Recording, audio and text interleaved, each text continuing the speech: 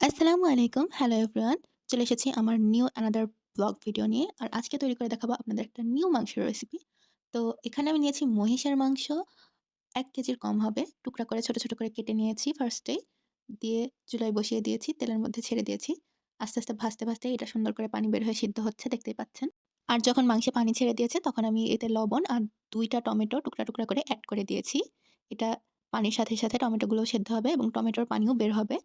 দেখতে পাচ্ছেন টমেটোগুলো সেদ্ধ হয়ে যাচ্ছে আস্তে, আস্তে। আর কি সুন্দর একটা কালার চলে আসছে টমেটোর জন্য। এরপরে দিয়ে দিব সামান্য পরিমাণ আদা বাটা, ১ চা চামচ টেবিল পরিমাণ। আদা বাটা দেওয়ার পরে অবশ্যই ৫ মিনিট ধরে নাড়াচাড়া করতে হবে। এরপরেই রসুন বাটা এড করতে হবে। কারণ এটা রান্নার একটা প্রসেস আমি দেখেছিলাম এভাবেই রান্না করে তারা। এরপরে আমি দিয়ে দিয়েছি ২ টেবিল চামচ পরিমাণ লাল মরিচের গুঁড়ো। আপনারা যেরকম ঝাল খান সেরকমই এড করবেন।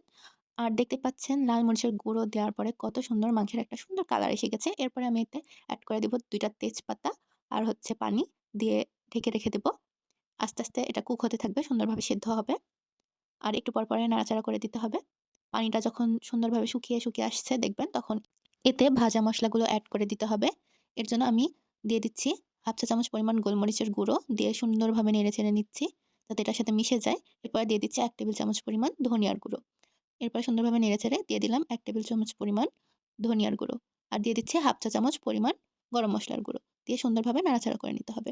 আর এরপরে আমরা এড করে দিব এতে ৫-৬ টার মতো কুচানো মরিচ। এগুলোকে আমি মাঝখান দিয়ে কেটে, কেটে নিয়েছি দেখতে যাতে সুন্দর লাগে। মরিচগুলো এর সাথে সুন্দরভাবে মিশিয়ে নিতে হবে যাতে ঝালগুলো বের হয়ে যায় মরিচের।